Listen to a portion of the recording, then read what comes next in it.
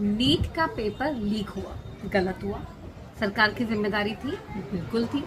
सरकार की जिम्मेदारी होने के नाते क्या धर्मेंद्र प्रधान का इस्तीफा मांगना सही है?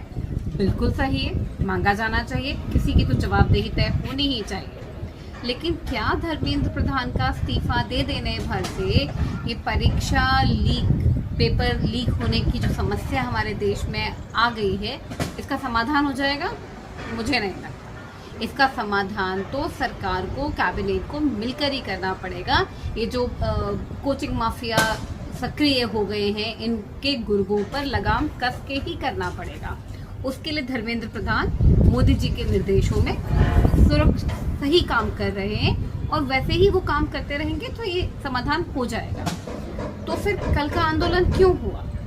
कल का आंदोलन इसलिए हुआ क्योंकि हमारे जो छात्र हैं वो बहुत इमोशनली इस पे इन्वॉल्व हो गए हैं कि बार बार परीक्षा पेपर लीक हो रहे हैं, बच्चे तैयारी करते हैं, पेपर लीक हो जाने की वजह से उनको बहुत मानसिक प्रताड़ना मिलती है, उनको और उनके माता पिता को। वो सब कुछ सही है, लेकिन बच्चे ये नहीं समझ रहे, छात्र ये नहीं समझ रहे कि उनका कंधा इस्तेमाल करके देश विरोधी ताकतें देश का नुकसान कर रही हैं।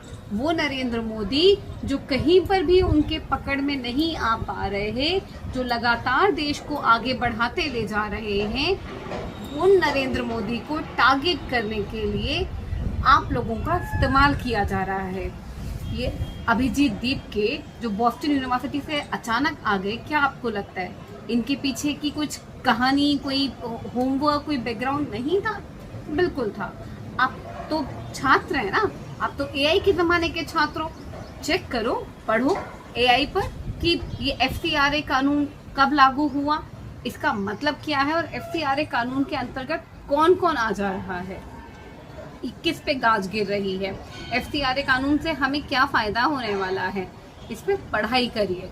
ये मार्को रूबियो आए थे ना अप्रैल में, मदर टेरेसा एनजीओ में गए थे बंगाल में, सीधे पता करिए क्यों गए थे वो वहां पर, क्या दिक्कत क्या थी उनको कि इंडिया आए और सीधे मदर टेरेसा एनजीओ में। आप लोगों का इस्तेमाल सिर्फ इसी में नहीं किया जा रहा है। ये जो उमर खालिद की रिहाई के भी नारे लग रहे हैं। अभी आया ना वो आम आदमी पार्टी का जो विधायक था या पार्षद था, उसके अगेंस्ट अभी जजमेंट आया है। ये सब कुछ किसी को परेशान कर रहा है और आप लोगों को मुद्दा बनाया जा रहा है। तो ठीक है, नीट पेपर के लिए आप लोगों का गुस्सा जायज है।